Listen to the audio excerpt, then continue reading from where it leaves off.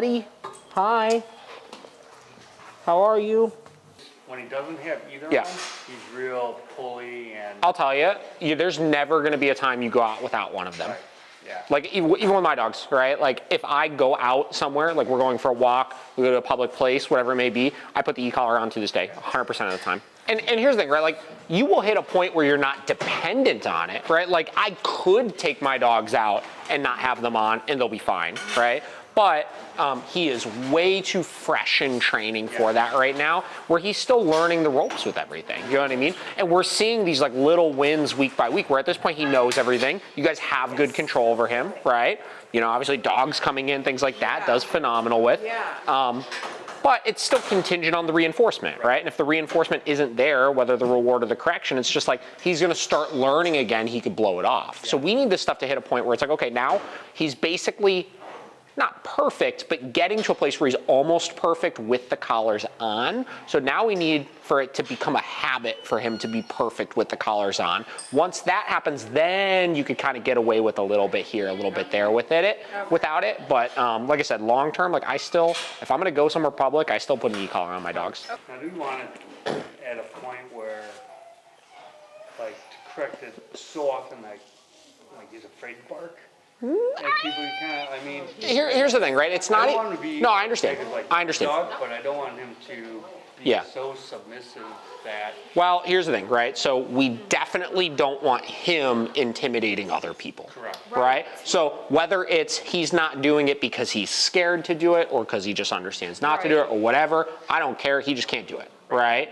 Now, what you may find is initially, as you're correcting this really firmly, he seems a little apprehensive of the people, but that's because, I mean, he's barking and reacting because he's apprehensive in the first place. So that's him just showing it more at its core without like externalizing it like that, right? Now, as soon as we see it hit that point where he's controlling himself better and he's not doing it and maybe a little subdued or a little submissive, that's just where we pump him up with the rewards again. Oh, okay. Right? So then it's like, hey, it's not that bad, right? Yeah. So yeah, it's not like we correct it and we stop it and then he's submissive and we're done, right? It's we stop it and then we reinforce the correct thing from there, right? So him being this way, this apprehension is just the nature of the puppy and where he's at. Kind of. Growth. Yeah. Like we're not. They go through fear periods, right? No. It's nothing. No, it's nothing you're doing. Puppies, especially German Shepherds, right? Like I said, when they go through maturity, or other people will call it like fear periods, right? It's normal that you'll see these like almost irrational fears kind of come out of them over things, right? And as long as you're properly socializing him still, meaning we don't see that and think, oh, we need to have all these people start interacting with him now or anything like that. And we just treat it like, hey, you can't do that, but like nobody's messing with you, right? He'll get past it. He'll be fine. Yeah. And you mean socializing like us going to Home Depot and all that stuff? Yeah, socializing through exposure. Through exposure. Yes. Okay. Right? So the last thing you want to do, like if he's really fearful and stuff of new people, is be having people constantly come up to him, obviously. But you want to be getting him around new people still very frequently, right? And him just realizing they're neutral. Nobody's messing with you, right? You being neutral around new people is really good, right? Rewards, right? And again, there's still consequences for if you act out in those situations. So him being around new people, aside from, okay, you're passing someone in the store or on the sidewalk, how do we introduce people to him? Good question. Definitely never on leash. Oh, okay. Right? We don't ever do on leash greetings. When they're on leash, the problem with on leash greetings is that dogs need to feel like, especially dogs that may get a little fearful over stuff, that if they get stressed, they can get away. Right? When they're on the leash, even though he's got 5 foot, 6 foot, something like that, in his mind, he's trapped, right? He's tethered off. He can't get away. So you'll start seeing more, if he gets stressed and somebody's coming into his space, him try to make those people go away through barking, growling, lunging, things like that, right? So we definitely never do it on leash. And we only do it with people that we know and trust, right? So like if you're gonna have guests come over the house, my routine that I've always implemented with my dogs is knock, knock, somebody's at the door, I put my dogs into a bed stay, let the people come in, have my dogs hold that for about 10 minutes or so. So I start the socialization process through the controlled just coexistence, right? Allow him to see them, smell them, hear them from a controlled space. Once he's settled down a little bit, I release him and then he could interact freely. About people wanting to meet him when you're out in public or He would be on leash. He'd be on on leash. So It's a no, no-go. yeah. It says, color Sorry, we're Yeah. training. Sorry, we're dog training. or- That is the forever answer. Yeah. Sorry, we're training. Sorry, we're training. Right? Okay. Because the thing is, if you really look at it, this is a conversation I have with everybody all the time. He's not getting anything out of people coming up to him out and about. There's nothing in it for him, right? It's solely for the other person of, oh, I want to pet the cute dog. Yeah. But it's like, he doesn't want you to pet him right now. care. Right? So the more he sees you guys advocating for him, and one, holding him to a higher standard of just ignore the other people, and two, him seeing you guys say, hey, sorry, we're training, he doesn't want you to interact with him right now, he will start gaining that trust in you guys and not feeling like he needs to get them to go away himself. That's how that kind of That's works, how that, right? yeah, where like he trusts us and he doesn't have to behave to like take care of business. Bingo. Got it. Right? And these are all the big things as far as like, you know, we could Yeah. teach all these skills and do all this training and stuff like that, Yeah. but us understanding what our dog really needs from us is Yes. how you have long-term success with dogs, especially working breeds and stuff like that who are prone to, like, German Shepherds are like the #2 breed that we see come in with crazy reactivity issues or like fear aggression and things like that, just because they externalize it so much more intensely than a lot of other breeds do, you know? Okay, So those are just things to keep in mind long-term, obviously. okay. So, Then the last thing, I don't think we told you this last time, he got sick again, so third time we were in North Carolina, had to take him to Nice. the vet. And the vet came to him and he showed his teeth and Sure. he wasn't having it. So they muzzled him. it's fine. So I guess my question to you is that, like, one, should we practice on getting a muzzle on him for situations like that? And then two, is that a situation where we should, Be concerned, correct, stuff like Yes. that. Good question. So here, let's do this. Okay, so to answer your question about the vet stuff, so twofold thing. So I think muzzling your dog, if there's any sort of concern or the vet's a little nervous of them or whatever it may be, is a great idea. And proactively doing it before it's like a total necessity also is a great idea, right? So yeah, you might want to start getting him used to wearing one just for the sake of vet visits. And here's the thing I tell everybody, right? Like if he needs to wear a muzzle at the vet, it's really not the end of the world. Like Vinny, my dog, I muzzle him when I take him to the vet every time. 100% of the time. He's a working breed. He has a history of being very apprehensive of new people and stuff like that. And it's just like, it makes everybody feel safer, you know what I mean, and better. And because I do it, then nobody's all scared, and I could take him there and they could examine him, and it's no big deal. You know what I mean? So it might be a good idea, you know, if you're seeing some signs of it. It's typically not something I would correct for, because all he's trying to do by showing his teeth or letting out a growl or something like that is say, hey, I want you to give me space right now. And as long as the vet doesn't give in to that and just takes the leash and goes and examines him still, that in itself is enough of a deterrent for it, right? So he'll realize, well, that didn't work, right? Now, second side of that equation is you gotta make sure, if you know he's starting to get a little apprehensive at the vet, you gotta make sure your vet is handling him properly, Yeah. right? And this is just kind of comes down to like having a good relationship with your Yeah. vet, right?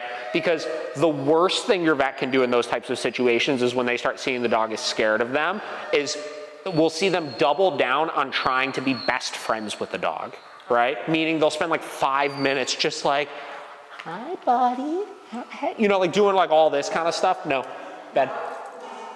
They'll do a ton of that kind of stuff, right? Where it's like they just want to be best friends with the dog, get the dog to love them, where all that's doing is just putting all this pressure on the dog and making them even more nervous, right?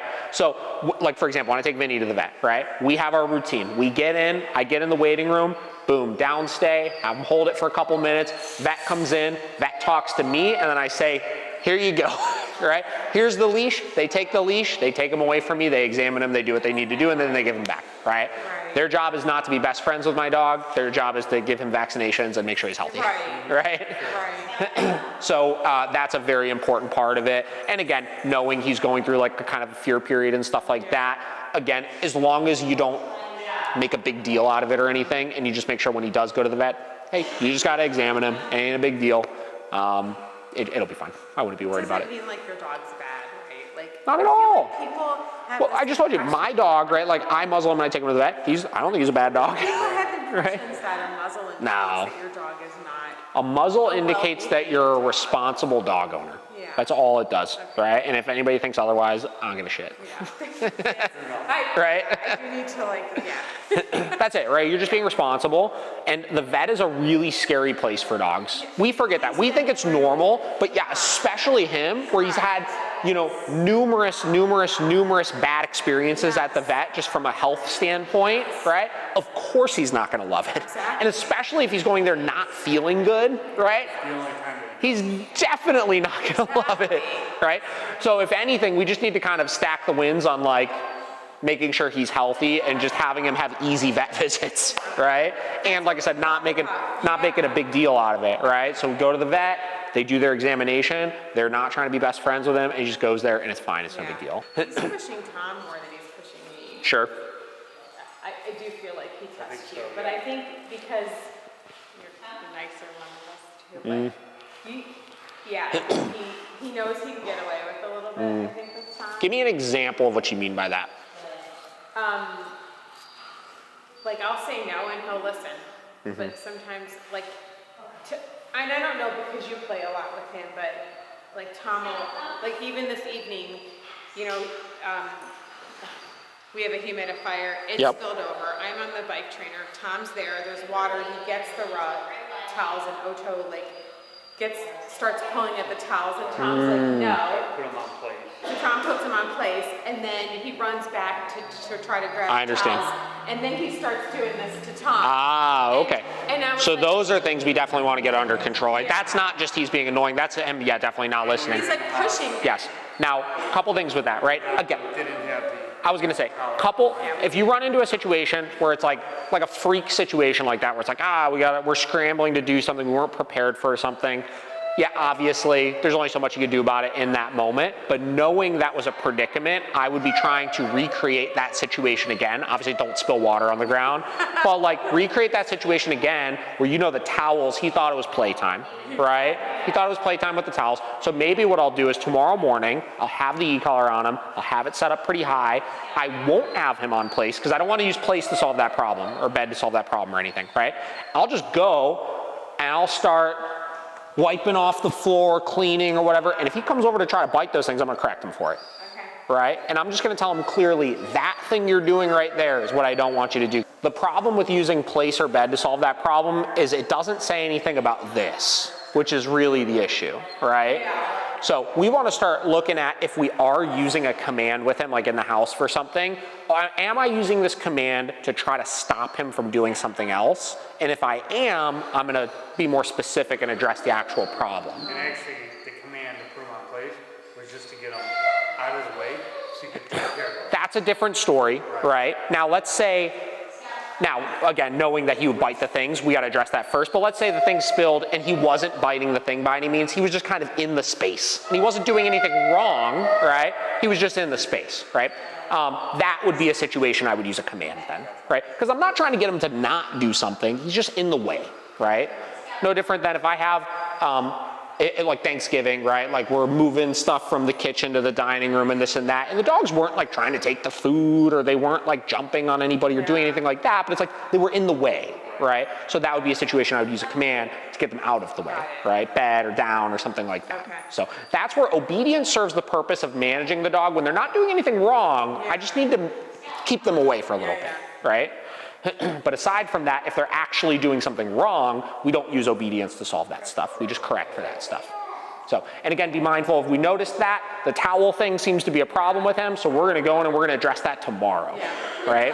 Anytime And the more you go in and you address those things immediately as you see them, the more long-lasting of results you'll see, right? We'll even see that with our young dog. He's about a year now, and still to this day, there's still little things that'll pop up here and there, right? He wants to get into a certain thing or whatever, and the second we see that thing, it's not, oh, we'll wait until he just does it again to correct it. It's we're gonna set this picture up to try to get him to do it again so I can just correct for it.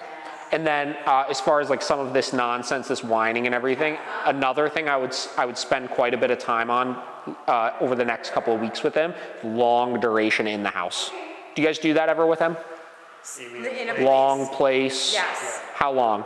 I've got him up to 10 minutes. Much longer than that. Okay. I'm talking 45 minutes, Oh, 50 maybe minutes. not. Well, I will say in the evening, he'll go on his Yeah. bed and just chill on his Not because But he's that's- doing it on his own, Yeah. because we're telling him to. Yeah. Yes. Yeah, I think I've got, I think 10 minutes is the one. Yeah, I do about 45 minutes. Again, I don't do this as much anymore, right? But I used to do like 45 minutes, an hour, stuff like that with Vinny a lot. Yeah. And 10 minutes sometimes for him when he was a real annoying young guy was like, it took 10 minutes for him to stop all the whining and nonsense. And then finally it's like he chilled. Yep. So I want to see, just like we're seeing right Look now, at this. he was so annoying on there just 2 minutes ago, Yeah. right? We had to correct him a couple times. Right. Now he's like, all right, right? I guess I'm not going to win this one, you know? Okay. So that's so much of this, is you need to start seeing him get into this headspace a lot more, right? And no toy, no chew toy on Nope. there, all by himself. He- Rewarding for being Nope. out there? Got it. Nope, we're not looking to create It's any just- additional excitement or energy right now. You just got to stay there right now. And Right. correcting if he comes off. Of course, yeah. Uh-huh. Okay. It's like kind of teaching the art of doing nothing, right? Yeah. He has to be okay with just doing nothing And sometimes. controlling his emotions. That's it, right? There's not always going to be enrichment for you to focus on and stuff like that. And again, we balance it out. There's plenty of places we give him the enrichment, and there's plenty of places we do give the rewards. But when we're doing these long sessions like this, he's got to learn to just chill the F out on there.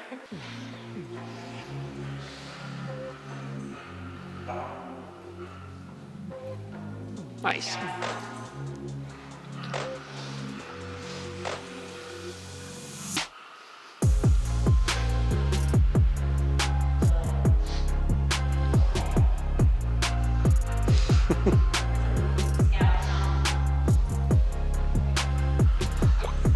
Awesome. All right, why don't you guys go ahead and switch?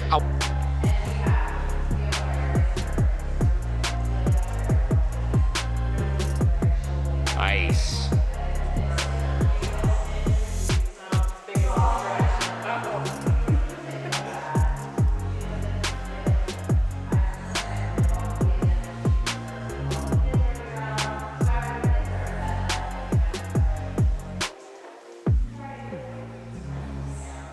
Come here, buddy. Otto, come. Nice.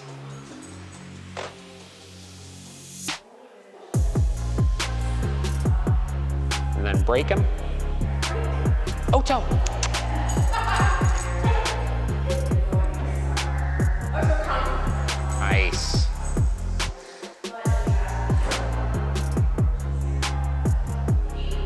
Okay, so these next couple, I'm gonna make it really challenging, so when he does it correct, actually reward him for it. This one's for the gram page. Otto! Come here, buddy. Come on.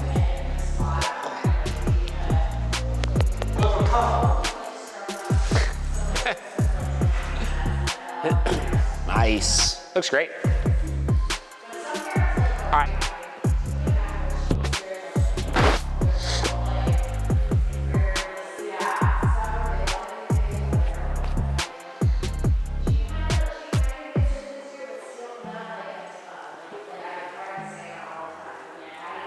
One more lap around and you can release. Very good. All right, why don't you go ahead and take him over there and put him on that bed.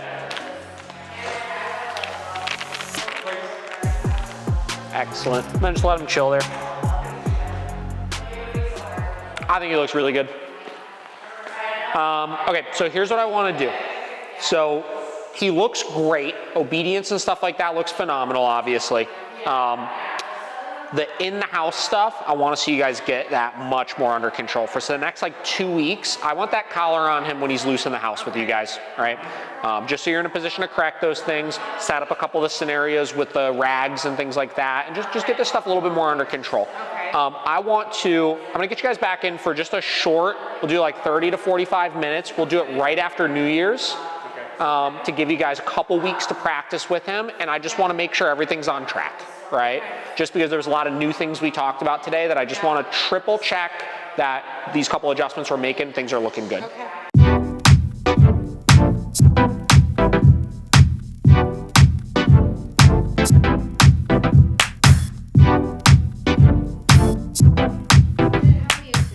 I'm doing well. How about you? I got a quarter switch. Really? Like almost 30, and I got my first cortisone shot. I feel like Nice. that's like a big monumental moment. That's really exciting. Yeah, I the would love shoulder that. is just Lubricated, like you're 20 again. yeah, like loose, ready to go, feeling great. Ready to take Can on we get some addicted more. to cortisone? Probably. Can we just get it everywhere? Yeah. It's Just be like revitalizing, really. muscle. Did it build muscles? I don't know. That's something with your muscles. I don't think it's a steroid. Oh. I don't- Disregard. Maybe it is. I don't know. Anyways.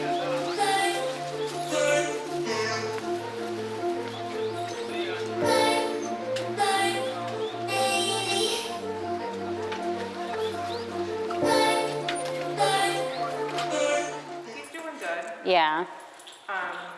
He will say go to the bed and he'll run back there and go. Yeah. It's staying that we're trying to get better with. But Okay. most of the time he just puts himself back there Yeah. because he just likes that space. But Sure. And is it in the room with you, the living room? it's in our spare room where he's Okay. at. I would maybe consider switching it to your living room so we can have a better eye on him. Okay. The bed state generally should be like right when we're present at first, as he's adapting to being able to stay on, and then he doesn't get as much opportunity to kind of sneak off, and we're like, oh, I don't know how long you've been off the bed for. And it's okay if he puts himself on, obviously, but when we actually verbalize the bed, we'd like to try our hardest to make sure we're kind of maintaining the integrity of that command while he's resting. Is there anything new in the house that you wanted to discuss, or anything with the baby? He's been fine with the baby. I had him out with Sully and the baby, and he was fine. I've been trying to put the muzzle on him a little bit so he gets used to that. Yeah. But I didn't have to use that with him. They just kind of like cuddle on the couch while I was with her. So Yeah. he was doing good. Yeah. I'm glad to hear that, but the dog trainer in me has to advise you to be really careful Yeah. about having the two of them share spaces, because that is one of the biggest ways we see dogs start having a fight. Okay. Not to pick on you or Yeah. try to get you to change your routines, but generally, like, I would hate that if you were feeding the baby and they kind of got in an argument and something happened, that you're having a small child and trying to separate a dog fight. Yeah. So I'd maybe consider having not both of them on the couch at the same time. Okay. If that's at all possible, you guys think that's doable. And it would just be utilizing corrections if he were to get on without being invited. And then, Yeah, we keep them pretty much separate. the whole okay, time. yeah. It's good that you're bringing them back together, but I just want to make sure we're really, really safe, that we're preventing any further incidences from happening, especially with like you being a new mom and trying to navigate that. I can't even imagine. Yeah, so for the bed stay, I'd highly recommend just bringing it in the living room with you if both of you are available, and one person taking Brady duty and helping just keep him on the bed. Let's start really simple with, like, I think we talked about 10 to 15 minutes, and then upping that time as we need to, but that will get him kind of in a stable place around your home. We're able to do what we need to do, and we know he's safe, and that we can kind of direct if the other dog is trying to go over, that he's not on the couch with us if we're trying to do baby things. Since we brought her home, he's been calmer. Especially like when people come over too. I don't know if it's with the training too, but Yeah, he usually, when people would come over, he'd sit there and bark, and he just like stays in his room and just Yeah. waits for people to come to him. yeah. That's good. I think it probably had to do with like some of the major changes he's experienced in the last couple months, whether that be of a new family member and then us being on top of him for correcting for that barking. Yeah. I mean, I just think I mainly want him to be good with our other dog. And Okay. Now we can definitely get them to the point with management and successful things like that, some training. We can get them to coexist, fed,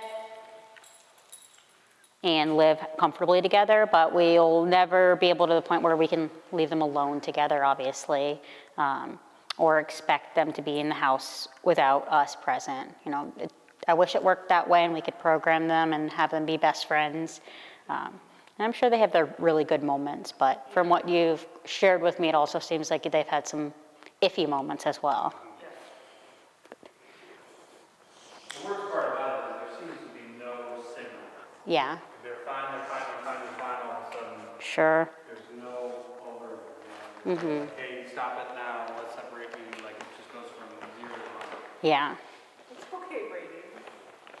Yeah, it tends to, like dog fights tend to happen like this where seemingly like we don't see a signal, but maybe we're either not seeing the exact moment it happened or, you know, we can't exactly get to the science of why. And I think that's what our main concern is, that there's no signal.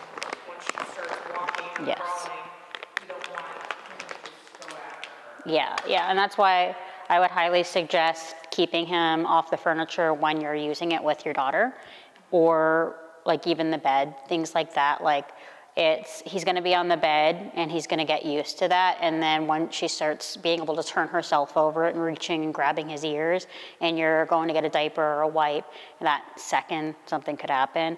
So in my training experience, I really highly recommend that he doesn't share any furniture with her. As cute as it is, or we feel like he's protective of her, it just never ends well. And I've heard many, many stories and I've experienced a lot with people doing that. Even if it's fine, like 99% of that time, I don't even want to risk that 1% of him getting spooked by her, or when she develops a little bit more, like you said, crawling. Like, we're not always going to be perfect and we're not always going to be able to watch every single little thing. I think like starting to break down some of his habits now will lead you to a lot of long-term success. So that's why I suggest bringing the bed into the family room. So when we're watching him, that we know that at least we have like one really solid command. He doesn't have to jump through hoops or we don't have to be the most strict dog parents. But when it comes to it, I want to make sure that when we're asking him to do something, we can uphold that and hold him accountable for it. And that will help you like 10 times more in the long run. But it is hard because you're probably feeling like, I think you mentioned, a little bit guilty that he hasn't had as much attention as you would like him to, or that he's been accustomed to. And then that just makes us feel like bad for him. So we're like, you know, let me be a little bit more lenient on him today. Sometimes that can feed into the cycle of his fear and anxiety. It's like there's nothing wrong with removing him from a situation that you feel like could lead to being unsafe, but I want to get to the root of what's happening and how to address it hands-on, so we don't go and like you're feeding the baby a snack or you're eating a snack and then something happens. We need to have enough leadership over him that we're able to give him that information and talk to him, have him understand at least a couple commands completely fully. And then being able to address some of the like nasty behavior he's doing. I try to put it on from the time he gets up to the time he goes to bed, just so we can start steering some of that naughty behavior. And if we're not able to have it on, like we look at it as just a training tool, it should just be on when we're in active like bed stays or sits. But to start to get a hold of his behavior, we need to be able to communicate with him at any given time. And what we're setting up now is that foundation to be able to tell him no and hold him accountable. The more we tell him no when we're not backing it up, it's like if you were a kid and your mom was like, clean your room, and 50% of the time she grounded you for not, 50% of the time she did. I used this analogy, I think, last time. You're always gonna try, because you're like, at least I have a 50% chance of not getting it. So we're having him kind of not believe in us every time we're not holding him accountable. I found it really difficult for myself to get really like routine about putting it on, and I noticed like a lot of my frustration at my dog was coming from my own lack of like putting it on, and I'd be like miss so many opportunities to communicate with her. And then I like for 5 days I forced myself, I put it by my coffee pot and put it on, and I felt like it completely changed our relationship to the point where I was able to be consistent. So now I don't have to be as on top of her because we've already set in place the rules. So that's my goal with you guys, is to set that foundation and be able to communicate with him at all times and be really consistent. So later on, we don't have to be so on top of him, or we can give him more freedoms instead of taking those freedoms away. But initially, we have to kind of do some adjustments and moving things around as we're communicating to him.